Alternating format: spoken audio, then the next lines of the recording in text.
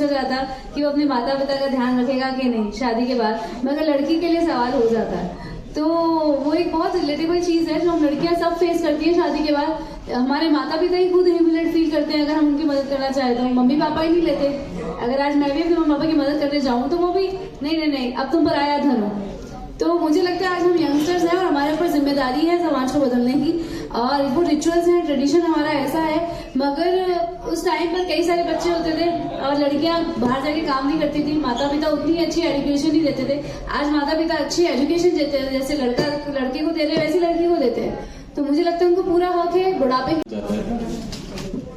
तो टीटू जैसे है कि नाम सुन के लगता है कि एक आम लड़का होगा, छोटे शहर में गली में बात करते हैं कि टीटू क्रिकेट खेल रहा है भाई हमारा, तो बिल्कुल आम सोच के रखा गया नाम। और वो ये कि इस लड़के की ख्वाहिश है कि ये इतना बड़ा बन जाए कि लोग इसके बारे में बात करें, ये इतना सेंटर ऑफ द अट्रैक्शन बन जाए।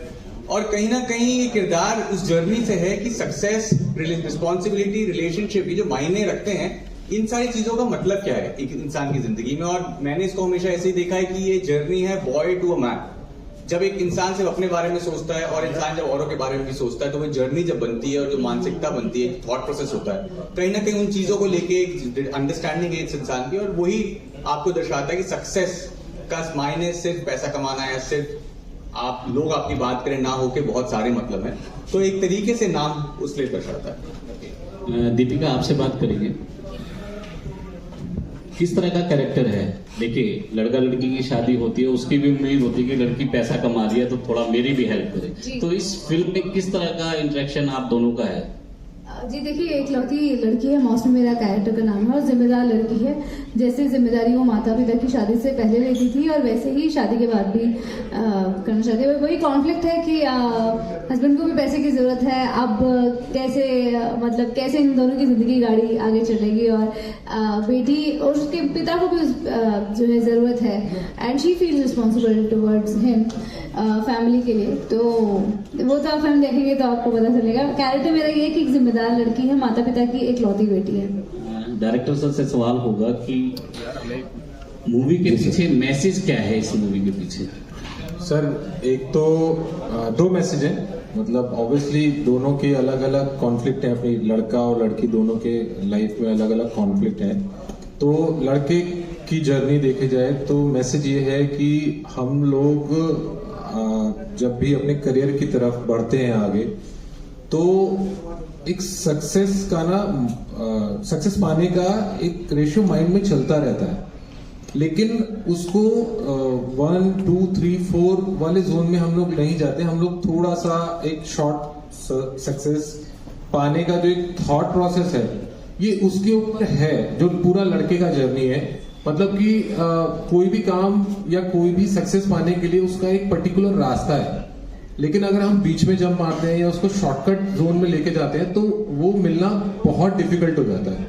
और इसको समझाने वाला कोई नहीं है, मतलब क्योंकि स्कूल से एजुकेशन कंप्लीट हुई, कॉलेज से एजुकेशन कंप्लीट हुई, ये तो पता है कि जो चीजें हमें एजुकेशनल प्लेटफॉर्म पे मिलती हैं, अच्छा ठीक है ये फर्स्ट ईयर है, second year, third year, fourth year, लेकिन उसके अलावा ऐसे हजारों प्रोफेशन है जहां पे शायद एजुकेशन हमारी जरूरत है लेकिन नीड नहीं है।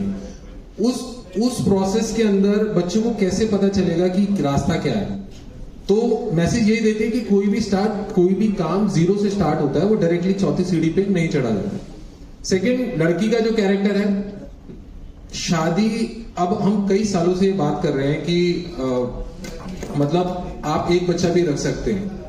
तो अगर किसी माँ बाप की एक इकलौती लड़की है तो मतलब लड़का हम क्यों रखते थे? क्योंकि लड़का इसलिए था क्योंकि वो बुढ़ापे की लाठी बनता था, लेकिन अगर लड़की है तो बुढ़ापे की लाठी कौन?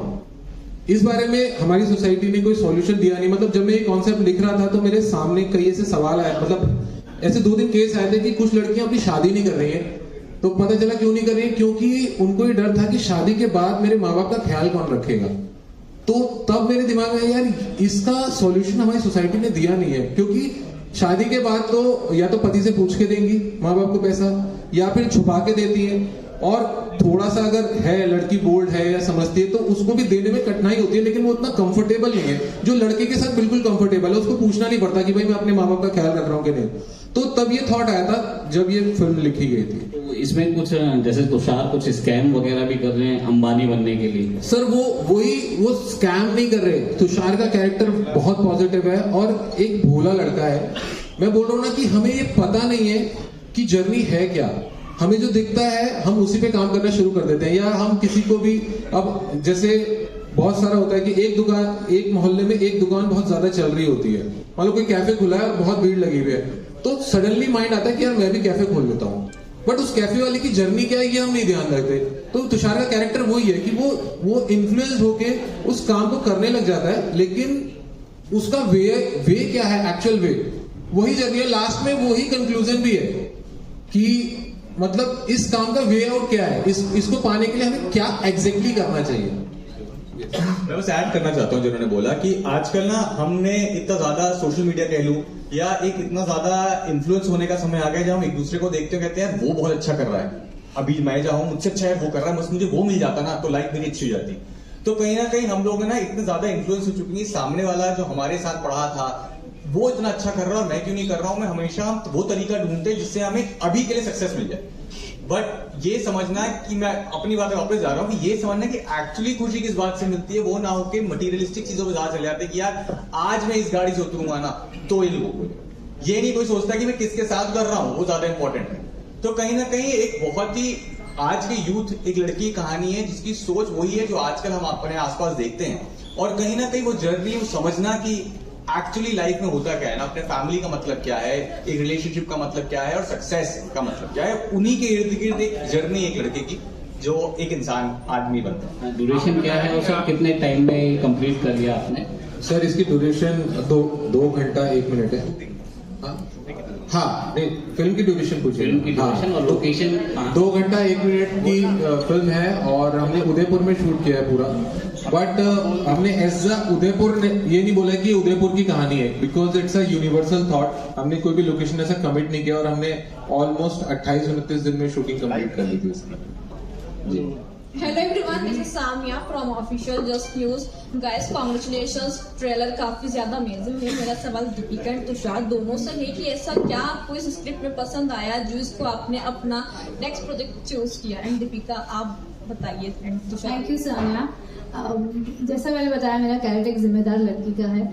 तो शादी के बाद जब आप भी काम कर रही हैं और मुझे ऐसा लगता है कि हम सबको हमारे मम्मी पापा ने काफी इन्वेस्ट किया है और ये कैरेक्टर भी ऐसा ही है। तो मुझे एज एन एक्टर लगा कि मेरी जिम्मेदारी है। आज तक आप मुझे इंस्पिरेशन रोल में देखते हैं और मुझे लगा कि इस रोल को मेरी जरूरत है और मैं शायद इसको अच्छे से कर पाऊंगी। और चैलेंजिंग था, ये ऐसा नहीं है जो मैंने पहले किया हो। इसकी बॉडी लैंग्वेज, डायलॉग डिलीवरी, हर चीज डिफरेंट है। तो बहुत चैलेंजिंग लगा मुझे और मुझे लगा कि इससे हम समाज में एक नई बात दे सकते हैं, क्योंकि आज हम लड़कियां हर जगह इक्वल हैं। आप किसी भी इंडस्ट्री में देख लीजिए, लड़कियां वहां पर हैं और अच्छे से हैं, मतलब अच्छा रेशो है, 50-50 लड़की उतनी दिखती है, ऐसा नहीं है। तो हम काफी जगह आगे बढ़ गए हैं, मगर जब बात आती है जिम्मेदारी की, रिस्पॉन्सिबिलिटी की, तो कभी वही किसी लड़के से नहीं पूछा जाता कि वो अपने माता पिता का ध्यान रखेगा कि नहीं शादी के बाद, मगर लड़की के लिए सवाल हो जाता है। तो वो एक बहुत रिलेटेबल चीज है जो हम लड़कियां सब फेस करती हैं शादी के बाद। हमारे माता पिता ही खुद ह्यूमिलेट फील करते हैं अगर हम उनकी मदद करना चाहें तो। मम्मी पापा ही नहीं लेते। अगर आज मैं भी अपने मम्मी पापा की मदद करने जाऊं तो वो भी नहीं अब तुम पराया धन हो। तो मुझे लगता है आज हम यंगस्टर्स हैं और हमारे ऊपर जिम्मेदारी है समाज को बदलने की। और वो रिचुअल्स हैं, ट्रेडिशन हमारा ऐसा है, मगर उस टाइम पर कई सारे बच्चे होते थे और लड़कियां बाहर जाके काम नहीं करती थी, माता पिता उतनी अच्छी एजुकेशन नहीं देते थे। आज माता पिता अच्छी एजुकेशन देते हैं, जैसे लड़के को दे रहे वैसी लड़की को देते हैं। तो मुझे लगता है उनको पूरा हक है बुढ़ापे की लाठी अपनी बेटी को बनाने का, और बेटी का भी पूरा हक है कि बुढ़ापे की लाठी वो उनकी बने अगर उनको उनकी जरूरत है तो। इसमें ये नहीं है कि हाँ मैं ये बोल रही हूँ कि शादी के बाद अपने माता पिता के साथ ही रहो, ऐसा नहीं है, जो कई बार मुझ पर सवाल आ रहा है। आप फिल्म देखेंगे तो कई सारी चीजें आपको पता चलेंगी, क्योंकि हम अभी उतना खुल के बात नहीं कर सकते जैसे, क्योंकि ना सस्पेंस तो कैसे खोल दे। तो फिल्म देखेंगे तो बहुत मजा आएगा, क्योंकि डायलॉग्स बहुत अच्छे हैं, परफॉर्मेंसेस बहुत अच्छी हैं, और बाकी तो आप सब देख ही रहे हैं, गाने भी बड़े अच्छे हैं। एक तुषार का सवाल आ गया। हाँ, फिर मेरे लिए बहुत सिंपल तरीका होता है फिल्म चूज करने का या कोई भी प्रोजेक्ट की। अगर मुझे लगता है कि इसमें मैं चैलेंज हो रहा हूँ, मुझे परेशान कर रहा है इस काम और मुझे लगता है कि कहीं ना कहीं रिस्पॉन्सिबिलिटी थोड़ी बन गई है खुद के लिए कि मैं जो भी करूं वो देखने वाले के लिए कुछ नया दे, बिकॉज लकीली मैंने कभी ये नहीं देखा कि लीड रोल था कि नहीं लीड रोल था, बट जो भी प्रोजेक्ट्स करे वो इस तरीके से बने कि जब फाइनली आउटकम आया तो लोगों को जिस तरह से अप्रिसिएशन मिला या जिस तरह से क्रिटिकल अप्रिसिएशन मिला, वो कहीं ना कहीं आप पे रिस्पॉन्सिबिलिटी डालता है अगला जो आप काम करें वो उससे नीचे ना जाए। इसलिए छिछोरे के बाद बहुत टाइम आया, आश्रम के बाद टाइम आया, मैंने 2 प्रोजेक्ट साइन करे। ये इसलिए था बिकॉज जब पढ़ा तो पहली बार मुद्दा इतना कॉमन है, हम सब से रिलेट करता है, ना कि एक 20-22 साल के लड़के से, हम सबकी उम्र से भी करता है। मुझे लगा कि इस कहानी में वो चीज है जो कि एज एन एक्टर आपको चैलेंज करेगी। ऑब्वियसली जब पूरी फिल्म आपके शोल्डर पे होती है तो एक्स्ट्रा रिस्पॉन्सिबिलिटी आ जाती है और कोई भी एक्टर ये चीज करना चाहेगा। बट आई थिंक जब मैं रोहित से मिला तो जिस तरीके से इन्होंने कहानी का मुद्दा समझाया और मैंने जब कहानी पढ़ी तो मुझे लगा यार ये नहीं करूंगा तो फिर what will you do?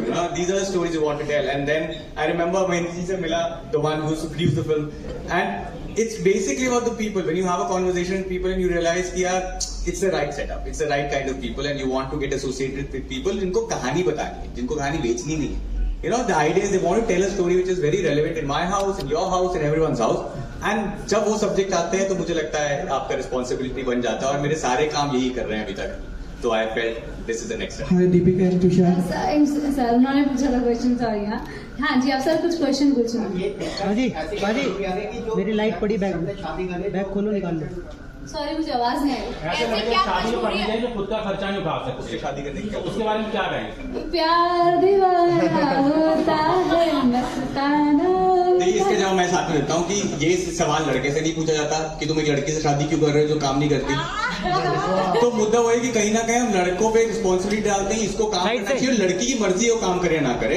मुझे लगता है कहीं ना कहीं हम इस फिल्म से भी बात करना चाह रहे हैं कि यार मुद्दा आप लोगों के बीच का है, उसमें कौन कमा रहा है कौन नहीं कमा रहा है वो आपके बीच का है. लड़का की रिस्पॉन्सिबिलिटी है तो लड़की की भी होनी चाहिए, दोनों तरीके से. तो आई थिंक उस लिहाज से इस कैरेक्टर ने मेरे साथ कैरेक्टर से शादी करी बिकॉज उसको इससे फर्क नहीं पड़ता कि इतना पैसा कमा पा रहा है. और उसको इसमें स्ट्रेंथ दिखती है कि आगे चलकर होगा, क्योंकि देखिए हम सब स्ट्रगल करके आगे तक बढ़े हैं. तो मौसमी को पूरा लगता है ना कि वो काम तो कर रहा है, ऐसे बात नहीं कि काम छोड़ रहा है काम नहीं कर रहा है. हाँ वो ट्रेलर में ऐसा लग रहा है. और अरे लड़का बहुत अच्छा है. इसमें एक और पॉइंट है, एक डायलॉग है मौसमी का, वो बोलती है कि वो कहता है कि मेरा काम सक्सेसफुल नहीं हुआ. कहते तुम तो नौकरी अच्छी से कर रहे थे. तो वो बोलती है कि मतलब मैं जब तुम्हारी नौकरी से खुश हूं तो तुम्हें क्या टेंशन है. तो वो बोलता है कि नहीं, दोस्तों के बीच मुझे उठना बैठना होता है, तुम्हें नहीं. तो उसका काम को लेके पर्सपेक्टिव करेक्ट है लड़के का, लेकिन वो जो दोस्तों वाली और जो दिखाने वाली जो बातचीत है उसमें थोड़ा करेक्ट नहीं है. So hi guys, hi in the front row. Hi. हाँ बोलिए.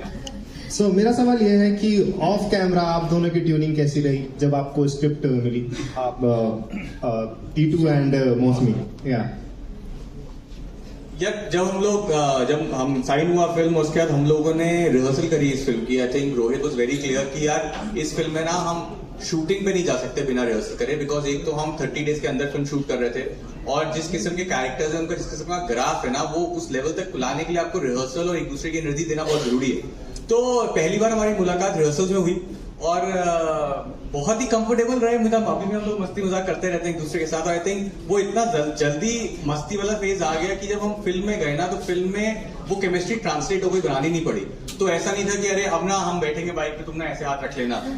तो क्या होता है वो जब ना बहुत मैकेनिकल हो जाता है. जैसे मैं एक्टिंग के लिए बोलता हूँ कि जब तक वो रिदम कैरेक्टर की आपके जीवन में ना आ जाए, आप कैमरे के सामने जब करेंगे तो वो नकली लगेगी. आई थिंक सेम चीज जरूरी कि जब हम लोग ट्रैवल भी कर रहे हैं इतने समय से साथ में, तो ना ये वाला टेंशन नहीं होता है. तो कहीं ना कहीं ऐसे ये चलता रहता. तो this very easily gets translated in the film and we felt very relaxed. कभी टेंशन नहीं हुआ कि अरे अब दीपिका क्या बोलेगी या तुषार क्या बोलेगा. और रघुवीर जी के साथ काम करने का एक्सपीरियंस है मैम थोड़ा सा. देखिए वो मेरे ससुर बने हैं फिल्म में और नॉर्मली जो बहू होती है हमारे मिडिल क्लास स्टोरी है तो बहुत झेपती हैं ससुर जी के आगे.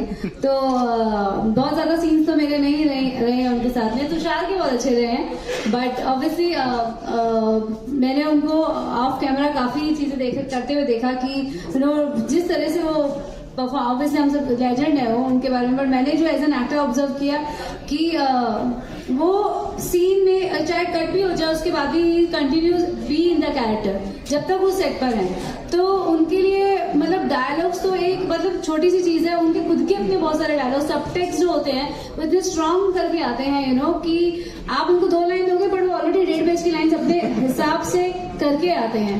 तो वो मेरे लिए बहुत अच्छी चीज थी कि हम सब वैसे मोस्टली सबटेक्स्ट पे काम करते हैं बट वो सबटेक्स्ट के साथ उनको जवान भी मतलब डायलॉग्स भी मतलब राइटर को डायलॉग 2 लिख दिए मगर वो तैयार है अपने जब तक कट नहीं होगा ही इनफैक्ट कट के बाद भी इज इन द मूड। तो वो बहुत अमेजिंग चीज लगी। ऐड करूं अगर इस चीज पे कहीं ना कहीं एक ना बहुत मजा आने लग गया बिकॉज रघुवीर जी, वीरेंद्र जी सब एनएसडी के हैं, मैं खुद एनएसडी से हूँ। तो जब आप सेट पे जाते हो और आपको पता लगता है एक ही स्कूल से निकले ना तो कहीं ना कहीं कंफर्ट दिमाग में बैठ जाता है और फिर वो चीज सीन में ट्रांसलेट होनी शुरू हो जाती है। And I felt he has a very similar thing जहाँ पे जो मुझे बच्चन सर के लिए भी लगती है कि अभी भी ना वो जो बचपन है और एक्साइटमेंट है ना उस सीन को परफेक्ट करने की, वो देख के इतना मजा आता है बिकॉज ऐसा नहीं कि इतना काम कर चुके हैं कि पता है कि यार ये सीन में क्या होगा तो आइडिया है, बट वो हर बार जब सेट पे आते हैं तो ऐसा लगता है कि अब वो फिर कुछ खोजने की कोशिश कर रहे हैं ना, something to discover and that kind of gives you a push because then you not just playing a scene with somebody who just saying मुझे पता है कैसे करना है। एंड वो डिस्कवर बहुत मस्ती में होता है और रोहित ने ना इतना सही तरीका ढूंढ लिया था जो हमें पता नहीं लगा, बाद में समझ में आया कि इन्होंने कट बोलना बंद कर दिया मेरे और रघुवीर सर के सीन में। तो हम लोग कट नहीं बोलते तो हम कट नहीं बोलते, हम करते रहते थे सीन। तो कभी कभी वो 1 पेज का सीन 2.5 पेज का सीन बन जाता था, बट वो आई थिंक क्यूरियोसिटी जो है उसमें बहुत मजा आया। Hi, Deepika and Tushar, Rajesh from Delhi 99। Trailer देखकर काफ़ी अच्छा सुकून लग रहा है, काफ़ी रिलीफ लगता है कि आराम से देखने वाली मूवी लगती है। और आप दोनों ने जिस तरह से अपनी फैन फॉलोइंग इंक्रीज की है इस बड़े शॉर्ट पीरियड के अंदर, दोनों ने काफ़ी हिट अपने दिए हैं अपने। तो ये जो फिल्म है आपके दोनों के कैरेक्टर में टर्निंग पॉइंट के रूप में देखी जा सकती है। इसका हिट होना कितना आप दोनों के लिए चैलेंजिंग है और कितना इसको आप देखते हैं मूवी कितना पसंद आएगी? अभी ट्रेलर देखकर तो काफ़ी अच्छा लग रहा है। जी देखिए, मैं इसके लिए थैंकफुल रोहित जी के लिए कि इन्होंने ऐसी स्क्रिप्ट देखी कि मुझे मना करने का कोई रीजन नहीं था। You know as an actor I was feeling blessed कि ये स्क्रिप्ट मुझे मिली। तो ऑब्वियसली और मुझसे ज्यादा मुझे लगता है कि रोहित के लिए बहुत बड़ी, because he is a writer, he is a director. तो फिल्म का सफल होना बहुत बहुत बहुत ज्यादा जरूरी है क्योंकि आप लोग तो मुझे इतने सालों से प्यार देते आए हैं और ऑब्वियसली बहुत इंपॉर्टेंट है मेरे करियर के लिए, मगर हम सबके लिए स्पेशली टीम के लिए ये बहुत बहुत ज्यादा जरूरी है क्योंकि क्या है कि एक नया कॉन्सेप्ट है, एक नई चीज के बारे में हम बात कर रहे हैं, समाज की बात कर रहे हैं। तो और सबने बहुत सपोर्ट किया है फिल्म को। तो हम नए कॉन्सेप्ट, नई चीजें तभी ला पाएंगे, नए यंग राइटर्स तभी लिख पाएंगे जब इस तरह की फिल्में पॉपुलर होंगी या लोग एटलीस्ट उसको रिस्पेक्ट देंगे थिएटर तक आने के लिए। इसमें मेरा या इनका या किसी का नहीं है, इसमें बात है नए कॉन्सेप्ट्स दुनिया में आने के लिए। ये कोई बड़ा प्रोडक्शन हाउस नहीं है, यू नो, जो रेप्यूटेड, हमारे पास ना यू नो लिमिटेड बजट है, मार्केटिंग का भी, हर चीज का भी, बड़े लिमिटेड डेज में हमने शूट किया है। तो जितना हो सके हम कटौती करते करते स्कैर्सिटी ऑफ रिसोर्सेज की थी और उसमें हमने मैनेज किया है। बस यही था जिम्मेदारी कि ये कहानी उन लड़के और लड़कियों तक पहुंच जाए जिन तक हम पहुंचाना चाहते हैं, हर एक फैमिली तक पहुंच जाए। क्योंकि आज हम देखते हैं नो लड़के लड़कियां, यूथ जो है हमारा बहुत टैलेंटेड है but they don't know the right way कि वो कैसे सक्सेस तक पहुंचेंगे। और लड़कियां यू नो हम शादी के बाद एक्सपेक्ट कर लेते हैं कि अब तुम्हारा यही घर है, वो है हम सब जानते हैं, बट इमोशनली अगर उनको थोड़ा सा सपोर्ट मिल जाए उनके हस्बैंड का, फैमिली का, तो जो उनके दिल की बात है ना, जब मम्मी पापा हॉस्पिटल में है या तकलीफ में है तो उनकी ना चीज मतलब दिल खोलकर मदद कर सकती है। तो ये बहुत ही ना सेंसिटिव और बहुत ही टची सब्जेक्ट है और टच वुड फिल्म बहुत अच्छी बनी है, कॉमेडी फिल्म है, इसमें कोई प्रीची नहीं है, हंसते हंसाते, क्योंकि देखिए फिल्म है तो हम एंटरटेनमेंट की उम्मीद करते हैं, हंसने हंसाने की उम्मीद तो करते ही हैं। तो बहुत ही अमेजिंग अभिषेक जी ने डायलॉग लिखे हैं, रोहित जी ने बहुत ही अच्छा स्क्रीन प्ले लिखा है जो आपको पता भी नहीं चलेगा कि फिल्म क्या कह रही है। मतलब धीरे धीरे जब ऑडियंस, जब आप, सॉरी मैंने रॉन्ग लाइन यूज कर दी, जब आप थिएटर से निकलेंगे तो अपने साथ में आपको समझ में आएगा ना, हर इंसान का अपना पॉइंट ऑफ व्यू होता है, परसेप्शन होता है, पर कुछ ना कुछ वो जरूर लेकर जाएगा। तो मेरे से ज्यादा मुझे लगता है हम सबके लिए ये फिल्म जरूरी है। जो है बाकी मेरे तो परफॉर्मेंस के ऊपर है, आपको मेरी परफॉर्मेंस अच्छी लगेगी, ये फिल्म चलेगी तो आगे फिर फिल्मों में काम मिलेगा। क्योंकि दीपिका रोहित सर आप दोनों से मेरा सवाल है। दीपिका आप काफी टाइम से आपको फॉलो कर रहे हैं, बॉम्बे में स्टोरीज काफी करवाई है आप लोगों से, तो किस तरह का सिनेमा आप देखती हैं? टीवी किस तरह का आप सिनेमा देखती हैं? टीवी की शूटिंग से लेकर, रोहित सर आपसे भी मेरा सवाल है क्योंकि आप भी सेम इंडस्ट्री से काफी टाइम रहे हैं, तो टीवी का सिनेमा कितना अलग होता है और बॉलीवुड का सिनेमा कितना होता है, खास तौर से एक्टिंग पर और खास तौर से डायरेक्शन पर? सर क्योंकि ये अभी बाकी के टाइम से आपके साथ काफी टाइम बिताया हमने। यार मतलब मुझे जो लगता है ना, स्टोरी का फॉर्मेट होता है कि आपको कितनी स्टोरी कब तक दिखानी है। मतलब जब मेरी दादी मुझे स्टोरी सुनाती थी तो कभी कभार वो एक स्टोरी 10 मिनट में खत्म कर देती थी और कभी कभार वो स्टोरी 3 दिन भी चल सकती थी। तो वो डिपेंड करता है कि आपको किस वे में बोलनी है। तो स्टोरी वाइज, और वही डिफरेंस है फिल्म और टीवी में कि हम अभी जैसे दिया बाती है, दिया बाती वाले कॉन्सेप्ट पे फिल्म भी बन सकती थी कि एक हस्बैंड अपनी वाइफ को, मतलब जो पढ़ा लिखा नहीं है, अपनी वाइफ को सपोर्ट कर रहा है, उसको IAS IPS बनाता है। तो वो एक रियल स्टोरी पे बेस्ड थी। एक वड़ा पाव बेचने वाले ने अपनी वाइफ को IAS बनाया था, तो वो अगर उसमें फिल्म बनती तो वो फिल्म जैसे कंसिडर होती, बट उसमें सीरियल बना तो उसको थोड़ा मतलब, क्योंकि एक प्रोसेस है, स्क्रीन प्ले का प्रोसेस है। मुझे लगता है वही एक डिफरेंस है। अगर हम वो वाले सीरियल्स की बात ना करें जो शायद एक अलग फॉर्मेट में चलते हैं या जो स्टोरी ओरिएंटेड अच्छा जो सीरियल है, मुझे लगता है बहुत ज्यादा डिफरेंस नहीं है उन चीजों में। जी प्रोड्यूसर सर से मेरा सवाल है, सारा रिस्क प्रोड्यूसर का होता है फिल्म के ऊपर, तो आपने कितना रिस्क लिया सारी स्टार कास्ट पे और क्या सोचा किस तरह से आगे चलेगी? मैं इनसे जब पहली बार मिला घर पे और इन्होंने अपनी कहानी नरेट की, तो मेरे दिमाग में सबसे पहला जो सवाल आया कि इसमें जो है डायरेक्टर की जो दृष्टि है उसका पूरा सम्मान करते हुए पूरी आजादी के साथ में इनको फ्रीडम दी जाए ताकि ये इसको बहुत अच्छे से करें। मैं चूंकि राजस्थान से हूँ और मेरे पिताजी विजयदान जी देता, पद्मश्री विजयदान देता साहित्यकार है। उन्होंने सैकड़ों कहानियां लिखी है वर्ल्ड वाइड और उनका नोबेल में नॉमिनेशन हुआ। उनकी कहानी नहीं चुन के मैंने ये कहानी क्यों चुनी, क्योंकि ये मुझे भी रिलेट करती है। आपको बता दूं मेरे भी एक ही बेटे, सिंगल डॉटर है। तो एक तो वो चीज, और उसमें विमेन एम्पावरमेंट, एक तो शिक्षा है, जॉब देने वाली शिक्षा होती है। इन्होंने जो शिक्षा हासिल की वो अपने आप को शक्ति और दुर्गा बनाने वाली शिक्षा, ताकि जरूर पढ़ने पे अपने कन्विक्शन के साथ रेजिस्ट कर सके कहाँ पे उनको मना करना, ये इन्होंने किया। तो इनका रोल बहुत पावरफुल था और समाज के लिए एक बहुत ही सोशल वायबल मैसेज मैंने इसमें नोट किया। तो दीपिका में आपको बेटी नजर आई? बेटी नजर आई, और मैं बेटी कहते हैं और ये मुझे कभी मामा कह देती है, कभी पापा कह देती है, कभी अंकल कह देती है। तो बिल्कुल परिवार का सा। और एक्चुअली मैं आपको बताऊं, इसे तटस्थ होकर बताता हूँ, परफॉर्मेंस में मुझे कई जने कहते हैं इसमें फेस कुछ और होता है, जैसे तुषार के बारे में, इनकी जगह कोई और होता। तो मैंने कहा नहीं, आप जिन जिन के नाम ले रहे हो, मैं बहुत फिल्में देखता हूँ, एविड शौक, मतलब इतना शौकीन हूँ फिल्म देखने का, लेकिन मैं एक तरफ मुझे डिसइल्यूजनमेंट है।